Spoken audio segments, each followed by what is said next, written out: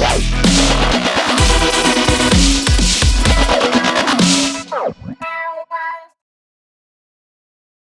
everybody. I wanted to jump on here really quickly and talk about Kendrick Lamar's halftime Super Bowl performance. How a lot of people are loving it. I'm one of them. How a lot of other people, they don't get it. They say that it was the worst performance of all times. And I'm thinking, what? That's why I decided, let me do this video so we can explain what's really going on with the Kendrick Lamar performance, okay? Because let's just be honest. If you're not black, you kind of don't understand what's going on. And if I look at it from that point of view, maybe I understand that you guys are calling it the worst because non-black people, they just don't understand any of it. Even where the beef from Drake and Kendrick Lamar stemmed from, okay? But the Kendrick Lamar performance wasn't really meant for other audiences. It's like if you were black and you got the symbolism, the things that he was trying to say, then you really appreciated it. If you didn't, you probably got lost in the sauce and you're like, I don't understand. What's the big deal? They're not dancing the way people usually dance. And if you look at it from that way, maybe. However, if you're African American, it was something that was really needed in our culture. We need other black men to help the other ones that are lost in the sauce, okay? And so while Kendrick Lamar was doing his performance, and I'm going to break it down, the symbolism in a minute, let's talk about how we had Kodak Black high again, okay? Sitting in the middle of the street eating chicken. Now, we all know that Kodak Black is just a drug addict. Junkie, okay? He's a junkie. Gets high every 5 minutes. He always eats and then sings and talks to himself. And it's just, he's crashing out. He's crashing out. So he was doing that while the Super Bowl was going on. And of course, we all know that Kanye's been on like maybe a 3-day drug binge. I'm tired of beating around the bush, people. It's not that he lost his mind and he has bipolar. He's an addict. Okay, he's an addict. And when he gets high as a kite, he does what he does best. He goes on social media. He starts spewing anti-Semitic quotes and starts praising Hitler and just becoming a real nut job. But what's behind it all is he's an addict. Now, Kim Kardashian has told us he's an addict. All the rumor mill is saying that he's an addict. I mean, a lot of people still don't understand what's going on with Kanye West. They're like, we don't understand. Why is he saying these things? Because he's high, okay? Because he's high. I mean, maybe one day I should make a video about Kanye's real life, okay? He's Diddy 2.0, okay? And people are giving him grace. I don't know why they're giving Kanye grace, but he's no different than the bum on the corner shooting up. He's an addict, a really bad addict. So before I break down the Kendrick Lamar performance, here's a video of Kodak Black, high again, sitting in the middle of the damn street in Atlanta. Free advertisement, you over there recording the wrong thing. Take a seat next to him, take a seat next to him. Enjoy that food, enjoy that. Take a seat next to him, brother.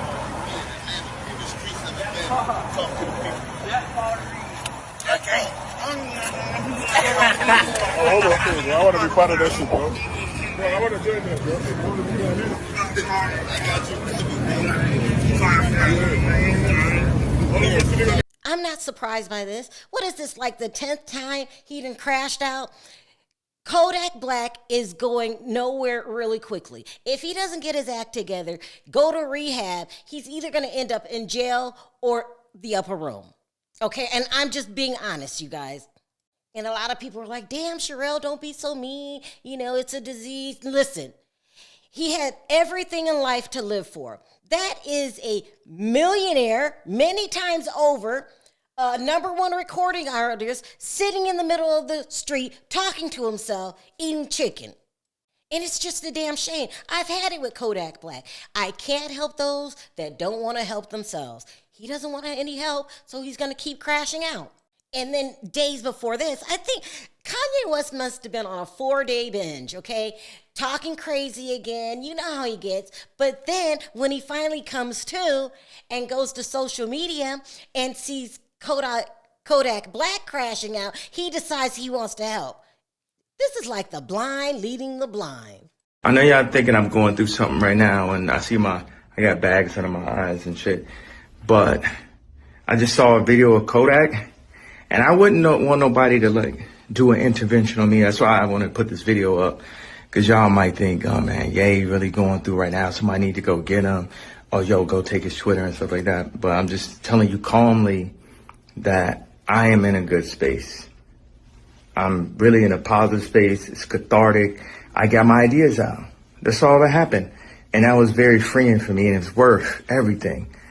It was worth everything to do that. So let's start there. Now, I've seen this video of my brother Kodak, and I feel a call, and he's actually wearing this Donda chain. And it's not just because he's wearing a chain, but it's like how he's sitting here wearing this chain unless something's saying to go and get my brother. And I thought about it before. I was like, man, I should go down to Miami. Maybe I could be the person that could make a difference. And that's what I'm about to do right now. Now, I'm just sick of both Kodak Black and Kanye. Some people say, don't be so hard on Kanye, Sharrell. He's bipolar. He's suffering from mental. I don't give a damn. Okay? He might be bipolar. There's no doubt in my mind he has mental health issues. But the drugs doesn't help. Okay? And when he crashes out, he crashes out.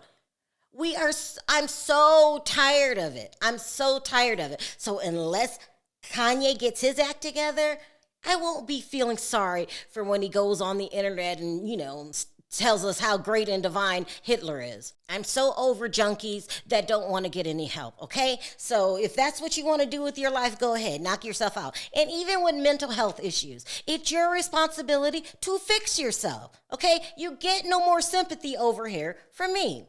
And you know what's going to happen when Kanye West gets to Atlanta to find Kodak Black?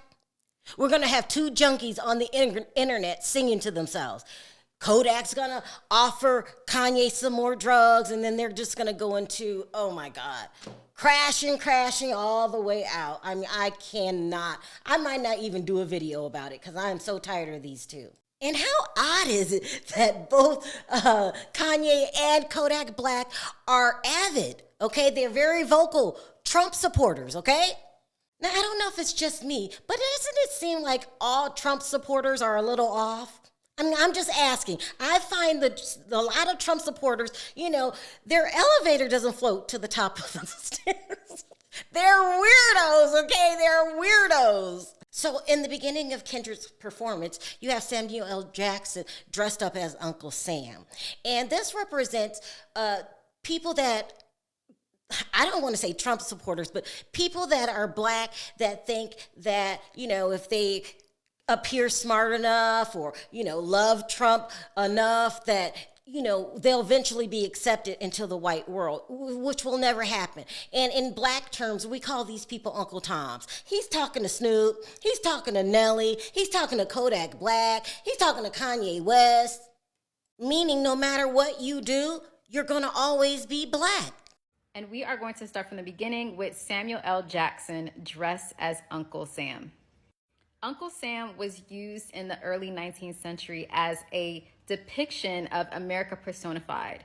He was a representation of American pride and patriotism, but also propaganda when it came to recruitment and war.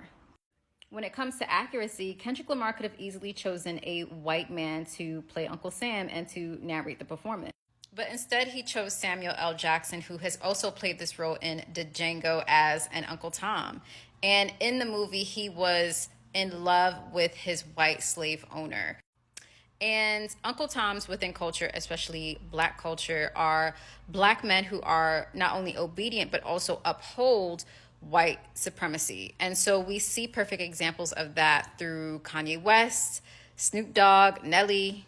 And so going back to Samuel L. Jackson here, a black man dressed in all American gear, I think is a clear depiction of they're not like us. It doesn't matter what your skin tone is. And then also going to Welcome to the Great American Game is a double entendre because we're obviously watching the Super Bowl, but he's talking about the game that is America and being black in America. I mean, I just found it very profound that he would put that kind of message in there. And that kind of message is needed for people like Snoop Dogg who just don't get it. I mean, we really are living in times where they really are trying to squash black culture. Donald Trump is racist. Come on, we know that. But Snoop and Nelly, they decide to go play for Massa? I thought it was great that he said that, because that message needs to be out there. This is why we're not rocking with y'all no more. I mean, they are trying to rewrite history again. They're getting rid of African American studies in schools. They're getting rid of the Board of Education. Don't you get it, Snoop? This only hurts your people, dummy. I'm just so proud that Kendrick Lamar is rapping more about things than having a nice car and who you're dating and how good your chick looks and all that stupid stuff that really doesn't matter. Kendrick's more like, pull up your pants and be proud of who you are. Make us proud. They don't know how to do that. He starts his performance off with a freestyle where he talks about no hugs and no handshakes because he's not playing nice, and that you wouldn't get the picture if he sat you for hours at the Louvre. That represents the political climate that we're in now, whereas there's no time or no room for niceties right now. Either you get it or you don't. At the end of his freestyle, Kendrick Lamar says, "The revolution is about to be televised. You picked the right time, but the wrong guy." Which is a play off of Jill Scott Heron's "The Revolution Will Not Be Televised" song, which was a critique on the American media, saying that they only focused on propaganda, consumerism, and entertainment. But in order for real change, people had to step out of their homes for liberation, for protest, and for freedom. I mean, we really are living through treacherous times right now. Our president wants to be a dictator. He doesn't want anyone to flourish unless you're rich and white. I mean, who has time for all the other nonsense? This is why I appreciate Kendrick Lamar. I mean, he's putting out there food for thought. I mean, the entire performance was sprinkled with symbolism. But this has to be one of my favorite. After Humble, Kendrick goes right into DNA. I got loyalty, got royalty inside my DNA. And that means it doesn't matter how much conditioning and how much brainwashing America places amongst Black people, greatness and resilience will always be the result. Yeah, there's trauma, but there's always triumph. Of course, there's the whole Kendrick Lamar and Drake situation. These two were battle rapping, and Drake lost. Okay, let's just say what it is. He lost, and he can't take it. He's going on stage with shirts with bullet holes and smoke coming out of them. I mean, he's really taking pouting to a whole new level. And he's verifying what Kendrick is saying in the song. You're not like us. No African American that gets into a battle of words with, beefing with each other, and because you start losing, you go to the court, you start wanting to sue people. I think this is what Kendrick was talking about. No other Black person would do such a thing. I mean, he's like, he doesn't understand. He's taking it personal. He's crying. He's saying, if you play this song at the Super Bowl, I'm going to sue you. I am so glad that Kendrick sang the song. Drake is the biggest crybaby there ever was. I have lost all respect for Drake. You're not like us. You're proving those lyrics to be 100% correct. I don't know how you guys deal with battle rap in Canada. I mean, even if you had it at all. But don't think you can come over here, join in the fun. You want to be a part of the whole rap culture, but then when it doesn't go your way, then you want to cry and run and suck your thumb and file lawsuits like a big-ass baby. I mean, I don't even want to hear another Drake record anymore. You came over here, joined our culture, pretend like you were Black, and it was all about money for you and status for you. You were just all about the money, all caught up in it. And then when you get caught for being a coward, okay, that you are, Kendrick had to write that song because people were getting sick of you doing them dirty behind their backs, okay? You want to play a thug in the public, you're running around with your little blood bandana on, but then behind the scenes, you're crying to mommy and, we can make so much money off those Black people. Like, I am so done with Drake, it's not even funny. I mean, thank you, Kendrick Lamar. We would have never known how he was until you put it on Front Street. So I'm just glad that Kendrick didn't get scared by the damn lawsuit. I mean, you're gonna sue somebody for, did Meek Mill sue you when you made Back to Back? You are the biggest coward. I don't even want to see a picture of Drake anymore. Please move to Australia or go back to Canada. You have worn out your welcome here in the United States. So again, I thought Kendrick did a great performance. I appreciate the symbolisms. I love food for thought. Maybe people like Kodak and Kanye West and Snoop Dogg and Nelly, maybe they'll understand just where the times that we're in today, where Kendrick is coming from, and your role as an African-American man in society. We need leaders, not crybabies, not drug addicts, not sex fiends, not ninth grade dropouts, not potheads without a message. We need real African-American leaders. So thank you, Kendrick Lamar, for putting that out on Front Street. I mean, somebody needs to stop and have these rappers think about what they're doing and how they're acting. If not, all there end up being is a lost cause that wants to stay high all the time. Money, I don't want the money. I don't want the money. I don't want the money. I don't want the money. Bitch, how you know my name? How you know my name? How you know my name? I don't know you. So how you know my name? You scared with me? You scared with me? Shorty said you want sex for me. I said I don't want that sex. You're nasty. You're nasty. You're nasty. Let me see the papers. Let me see the paper. I need you to go to the clinic. Let me know in the comments section if you like Kendrick's performance. Until next time, bye for now.